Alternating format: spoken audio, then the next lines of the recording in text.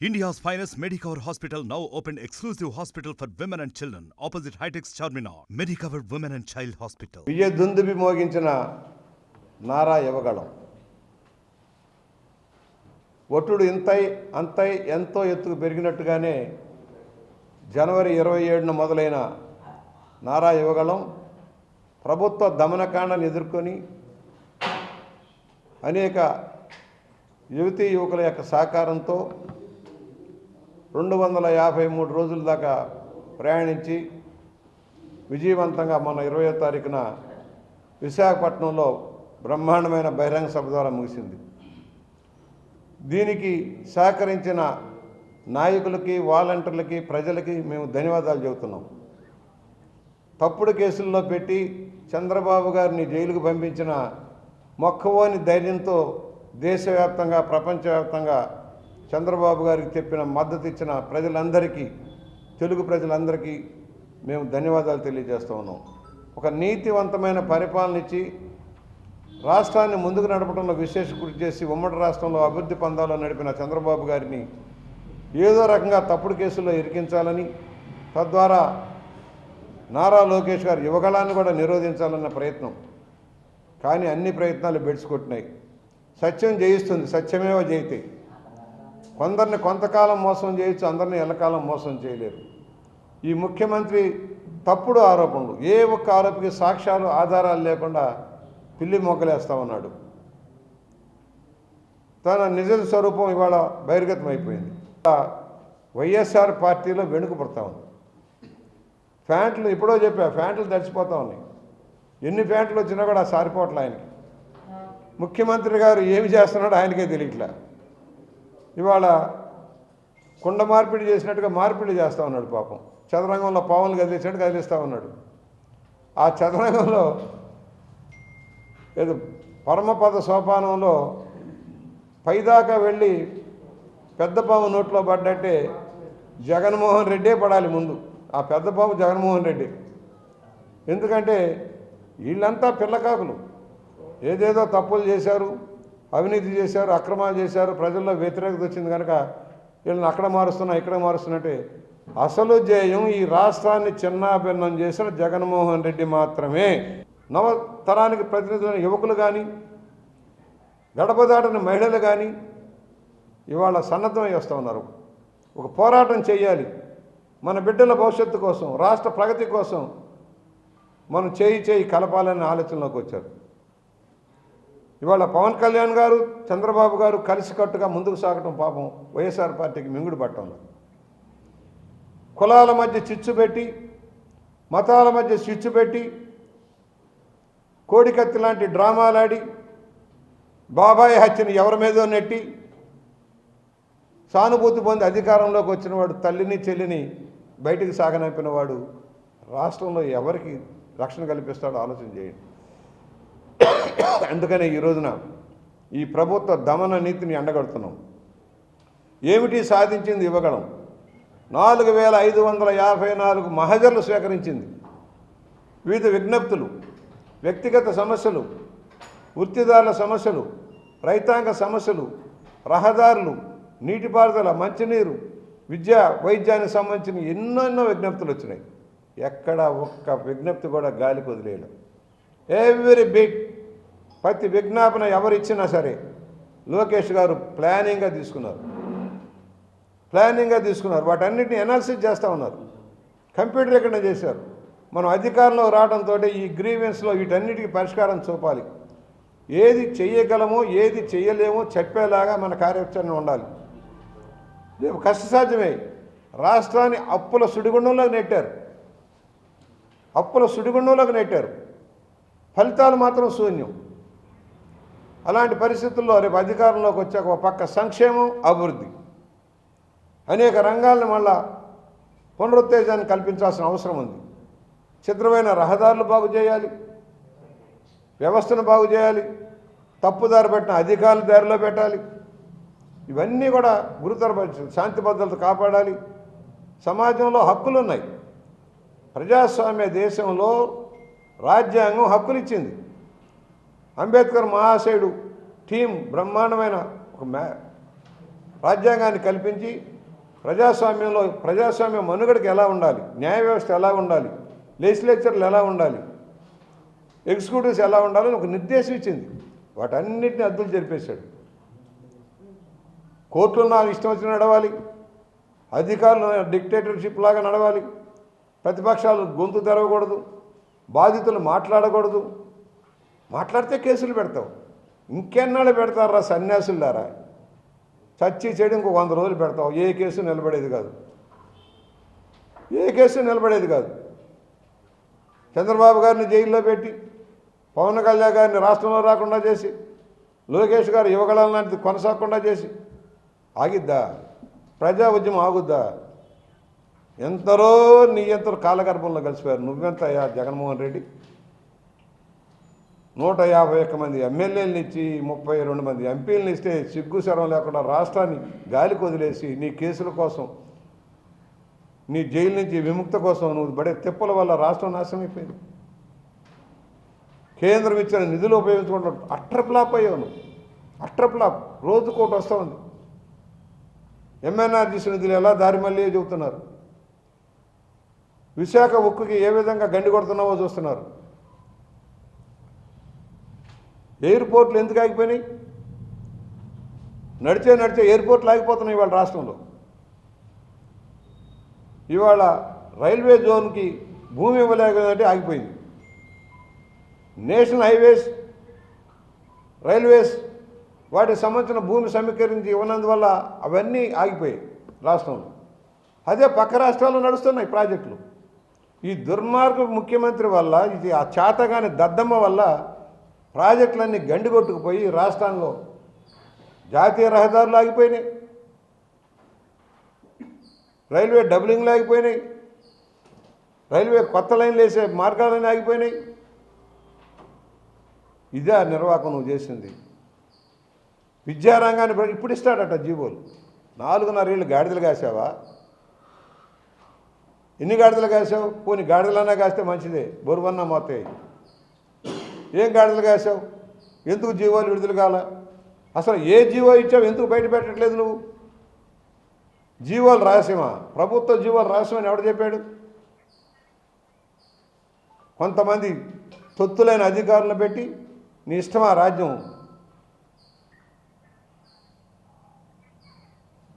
ఏం చేశారు నీకు? నీ సలహాదారులంతా గాడిదలు కాశారా? కోట్ల రూపాయలు గుమ్మరిచ్చావు. ఏది ఒక్క అడ్డగాడిద సలహాదారైనా ఎవడన్నా చెప్పాడా? పెద్ద అడ్డగాడిద ఆ సజ్జల రామకృష్ణారెడ్డి. వాడు డిఫాక్టో సీఎం. వాడు అందరిని అరెస్ట్ చేయండి, బొక్కలో తోయండి, మాట్లాడనీయకండి, రోడ్డు ఎక్కనీయకండి, ఇది వాడి పని.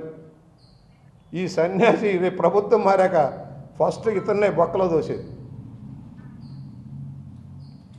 ఎందుకంటున్నానంటే ఇతరులు ఇలా చేసిన నిర్వాహకం వల్ల వాడు ఏడు అనాల్సి వస్తుంది, వయసుకు మించి మాట్లాడాల్సి వస్తుంది ఈ తప్పుడు విధానంలో. After all what ever you ఒక గుమస్తాగిరి చేసుకునేవాడి నువ్వు వచ్చి రాష్ట్రాన్ని నాశనం చేస్తావా? వ్యవస్థను భ్రష్టు పట్టిస్తావా? ఎంతమంది సలహాదారులండి? ఏ రంగం ఉందండి? కునారుల్లోనే రంగం ఏదైనా ఉందా? అందుకనే ఈ రోజున యువగళం అందరి గళం, యువకుల కోసం ప్రారంభించిన యువగళం ప్రజాగళం అయిపోయింది. ఒక జయకేతనాన్ని ఎగరవేసుకుంటూ ముందుకు సాగింది. దీని ఫలితం రాబోయే ఎన్నికల్లో చూస్తూ ఉన్నాం. అనేక కుట్రలు చేస్తూ ఉన్నాడు ముఖ్యమంత్రి. కుతంత్రాలు, ప్రభుత్వ ఖర్చుతో ప్రచారం చేస్తూ ఉన్నాడు. జగనన్నే కావాలంట. ఎవడడిగాడు? ఒక్కడు కూడా అంటున్నా. వద్దో బాబోయ్ అంటున్నారు. జగనన్న కావాలా అంటే వద్దు బాబోయ్ అంటున్నారు. బస్సు యాత్రలతో ముందుకెళ్తే జనం చీకొడుతున్నారు. పాపం ఎమ్మెల్యేలు వెళ్తే ఏం చేసావయ్యా, నీకెందుకు ఓటేయాలంటున్నారు. అందుకని మంత్రులు పాపం మంత్రులు కూడా స్థానచలనం అయిందంటే ఏం చెప్పుకోవాలి? అంటే మంత్రులు కూడా దోపిడీదారులు అయ్యారు. మంత్రులు కూడా చేతగాని దద్దమ్మలయ్యారు వాళ్ళ నియోజకవర్గంలో. అధికారం ఉండి ఎమ్మెల్యేలు దద్దమ్మలాగా బిహేవ్ చేశారు. ఇలాంటి వాళ్ళకి గుణపాఠం చెప్పే రోజు దగ్గరకు వచ్చింది. ఇవాళ పాపం మన దగ్గర కూడా రాజమండ్రి రూరల్ సిటీలో ఇప్పటికే చాలామంది రంగులు మారినాయి. ఇంకెంతమంది మారుతారు ఆఖరికి? కురుక్షేత్రంలో నలుగురు అర్జునులు నలుగురు కృష్ణులాగా ఉండేవాడు పూర్వం నాటకం ఆడితే. పాప మనాళ్ళు కూడా ఇప్పుడు రూరల్లో సిటీలో ఎంతోమందిని మార్చుకుంటూ వెళ్ళారు. ఏమా కాదంటే చెప్పు. ఎందువల్ల మారుతున్నారు సార్? అంటే రీజన్ ఏంటి? ఒక చోట పనికిరాని వాడు అవినీతిపరుడని ముద్ర వేయించుకున్నవాడు ఇంకో చోట పనికి వస్తాడా? రెండు పాయింట్లు. ఒక చోట పార్టీలో పెద్ద పదవులు అనిపించిన వాడు ప్రభుత్వంలో ఇంకో చోట పనికి వస్తాడా? నువ్వు అంత సముద్రుడు అయితే, ప్రజాబలం ఉన్నవాడు అయితే అక్కడే ఉండాలి కదా. అసలు ప్రజలు వాళ్ళ కోరుకునేది ఇలా కాదు, ఈ ముఖ్యమంత్రి పోవాలని కోరుకుంటున్నారు. ఈ పనికిరాని చెత్త ముఖ్యమంత్రి మనకు వద్దు బాబోయ్, బై బై జగన్ అంటున్నారు. అంటే మిమ్మల్ని కూడా గతంలో మార్చింది కదా పార్టీ, ఇక్కడ పనిచేశారు, మళ్ళీ అక్కడ కూడా నెగ్గారు. పని చేయటం కోసం కాదు, ఆ రోజున కొత్తగా బీజేపీతో పొత్తు కుదరటంలో కొన్ని సీట్లు సర్దుబాటు చేయాల్సిన పరిస్థితి వచ్చింది. నేనైతే ఎక్కడైనా గెలుస్తానని నమ్మకంతో నాకు అప్పటికి 2 బీఫారాలు ఇచ్చారు. కానీ ఒక సీటు కూడా పోవడం ఇష్టం లేక నేను రూరల్లో కన్ఫర్మ్ చేస్తున్నాను. నాకు 2 బీఫారాలు వచ్చాయి, 2 బీఫారాలు సబ్మిట్ చేశాను. రూరల్లో సబ్స్టిట్యూట్ లేరు కనుక నేను మళ్ళీ అక్కడే నిలబడిపోయాను. అది త్యాగం అంటారా మరొకటి అంటారా? పార్టీ కోసం త్యాగమే చేశాను ఆ రోజు. ఎక్కడైనా గెలుస్తారని జగన్ కూడా ఆ విధంగా మారుతున్నాడేమో. ఒకళ్ళో ఇద్దరు నాదంటే బీజేపీ కోసం మార్చారు. మరి వీళ్ళకేమొచ్చిందయ్యా? మంత్రిని ఎందుకు మారుస్తున్నాడు? ఇవాళ కొత్త న్యూసు, రాజానగర్ నుంచి కూడా రాజాని కూడా మారుస్తారంట. మరి ఇక్కడ ఇప్పుడు ఎంతమంది అయ్యారు ఇన్ఛార్జీలు? 4 5 రాజమండ్రి సిటీలో 5 6 మార్చారు. రూరల్లో ఒక 4 5 మార్చారు. ఏముంది అలా మారుస్తూ ఉంటారు. నేను ఇప్పుడు ఎక్కడున్నానో సిట్టింగ్ ఎమ్మెల్యేలు అక్కడే పోటీ చేయండి అని చెప్పారు. సరే, వాళ్ళు అడగటంలో ఆశించడంలో తప్పు లేదు, కానీ పార్టీ ఒక స్టాండ్ తీసుకుంది. All sitting MLAs 19 members is going to be contest in their places. It is the decision of the party president, already pronounce in the public. దాని గురించి మీకేం సందేహం అక్కర్లా. ఏదమ్మా వచ్చే చౌదరి ఎక్కడ పెట్టినా గెలుస్తాను, ఓకే. మరి అంత అన్పాపులర్ కాలేదు, 42 ఏళ్లలో మచ్చ తెచ్చుకోలేదు, ఎక్కడ ఏది ఆశించలేదు, బంకులు పెట్టలేదు, చిట్ ఫండ్ కంపెనీలు పెట్టలేదు, లేకపోతే కళాశాలలు పెట్టలేదు, స్కూల్ ఆఖరికి ఎలిమెంటరీ స్కూల్ కూడా పెట్టలేదు. ఇప్పుడు ఏం చెప్పాను? ఇప్పుడు ఎక్కడ ఎమ్మెల్యేగా ఉన్నాను? నేను రూరల్లో ఉన్నాను. రూరల్లోనే పార్టీని పటిష్టం చేసుకుంటూ వెళ్తున్నాను. పార్టీ అది కాదు బాబు ఇదని ఆఖరి నిమిషంలో చెప్పినా నేను దేనికైనా సిద్ధమే. నీకు అర్థమైందా? పోటీలో ఉన్నానా లేదా ఏంటి మీకు సందేహమా? 100% గెలుస్తాం. జిల్లా 2 జిల్లాలు స్వీప్ అవ్వబోతుంది. రాష్ట్రమే స్వీప్ కాబోతుంది. మనసులో పెట్టి రాయలసీమతో సహా స్వీప్ కాబోతుంది. ఇప్పుడు జగన్ గారు పార్టీ వాళ్ళు అందరిని మారుస్తున్నారు, ఆయన జనం మారుస్తారని ప్రచారం జోరుగా ఉంది, ఏమంటారు? అదేగా చెప్పాను, జనం కోరుకుంటుంది జగనన్న మార్పు. ముందు జగనన్నే మార్చేయాలంటున్నారు ప్రజలు, అంటుంది జగనన్న మార్పు, ఆయన అంటుంది ఎమ్మెల్యేల మార్పు. ఎమ్మెల్యేలు అంటున్నారు మా జగన్నే మార్చేస్తే బెటర్ అని వాళ్ళు కూడా అనుకుంటున్నారు. ఇప్పుడు సార్ అంటే బీజేపీతో పొత్తు వల్ల మీరు త్యాగం చేశారు లాస్ట్ టైం, ఈసారి జనసేనతో పొత్తు ఉంది, ఖచ్చితంగా ఈక్వేషన్స్ మారే పరిస్థితుంది. మీరు ఎక్కడైనా గెలిచే వాతావరణం ఉంది కాబట్టి మీకేది అనుకూలం అనుకుంటారు? ఏమండి, నా వయసు ఎంత?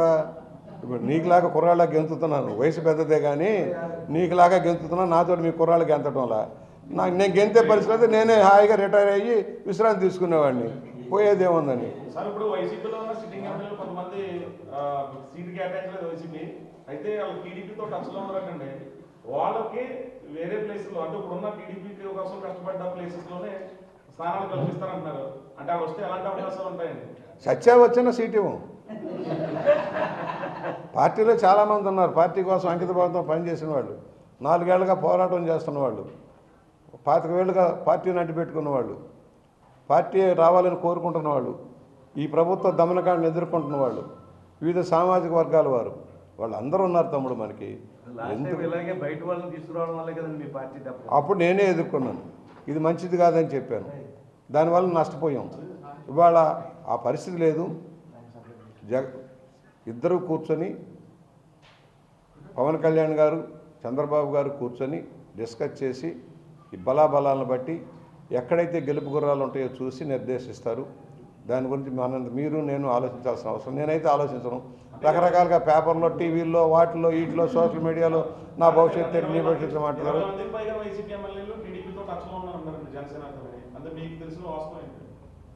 ఎవరు టచ్లో ఉన్నా ఎవరు లేకపోయినా ఇవాళ విజయం తెలుగుదేశాన్ని, బ్రహ్మాండమైన మద్దతుతో తెలుగుదేశం విజయంలోకి వస్తుంది.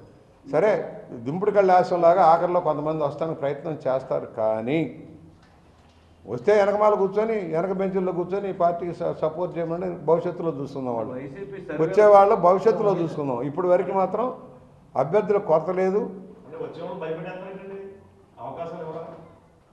మాకేం వస్తే వస్తారు, కానీ మాకు ఇందాక చెప్పాను, ఇవాళ పనిచేసిన వాడికే సీటు, ఈ ప్రభుత్వం మీద వ్యతిరేక పోరాటం చేసిన వాడికే సీటు, ప్రజల అభిప్రాయాన్ని మన్నల్ని పొందిన వాడికే సీటు.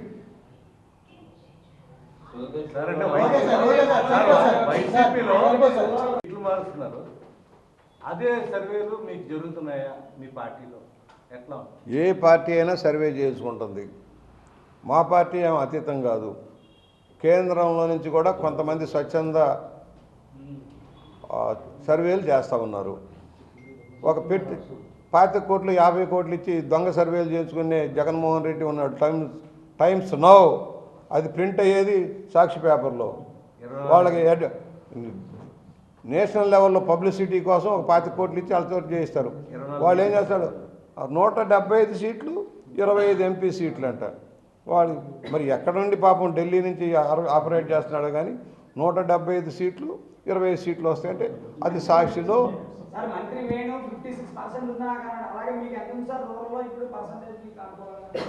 ఎంతమ్మా?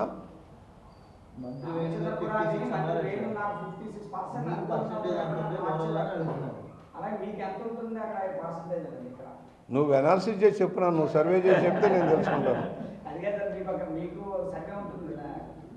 మేము స్వీప్ చేస్తున్నామని చెప్తున్నా. 69.22.0 అని నేను చెప్పే పరిస్థితి కాదు. వైఎస్ఆర్ పార్టీ లాగా తప్పుడు ప్రచారం చేయను, గోబెల్స్ ప్రచారం చేయను. నేనేమిటో, నాకు ప్రజల్లో ఉన్న పలుకుబడి ఏంటో, నన్ను అభిమానించేవాళ్ళు, విమర్శించేవాళ్ళు రకరకాలుగా ఉంటారు. కొంతమంది ప్రేమిస్తారు. 100% తెలుగుదేశం స్వీప్ చేయబోతుంది. తెలుగుదేశం జనసేన స్వీప్ చేయబోతుంది. మామూలు స్వీప్ కాదు. మొన్న గాలిలో వరద గోదావరిలో కొట్టుకొచ్చారు చిత్తాకాత సరుకులాగా. ఈ జగన్మోహన్ రెడ్డి చిత్తాకాత సరుకులాగా కొట్టుకొచ్చాడు. రేపు ఈ ప్రపంచంలో కొట్టుకుపోతున్నాడు.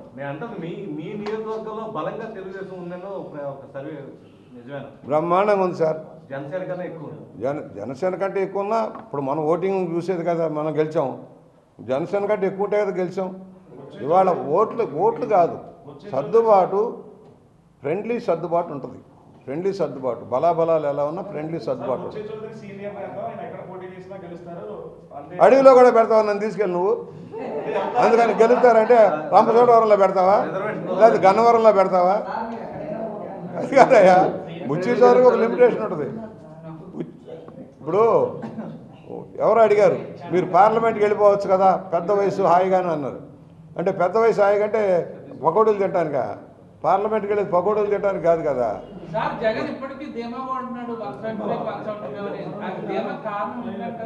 ఊరికినే ఏదంటారు, మేకపోతు గాంభీర్యం. ఆయనకు తెలుసు పోతున్నాను అని ఇల్లు సర్దుకుంటున్నాడు.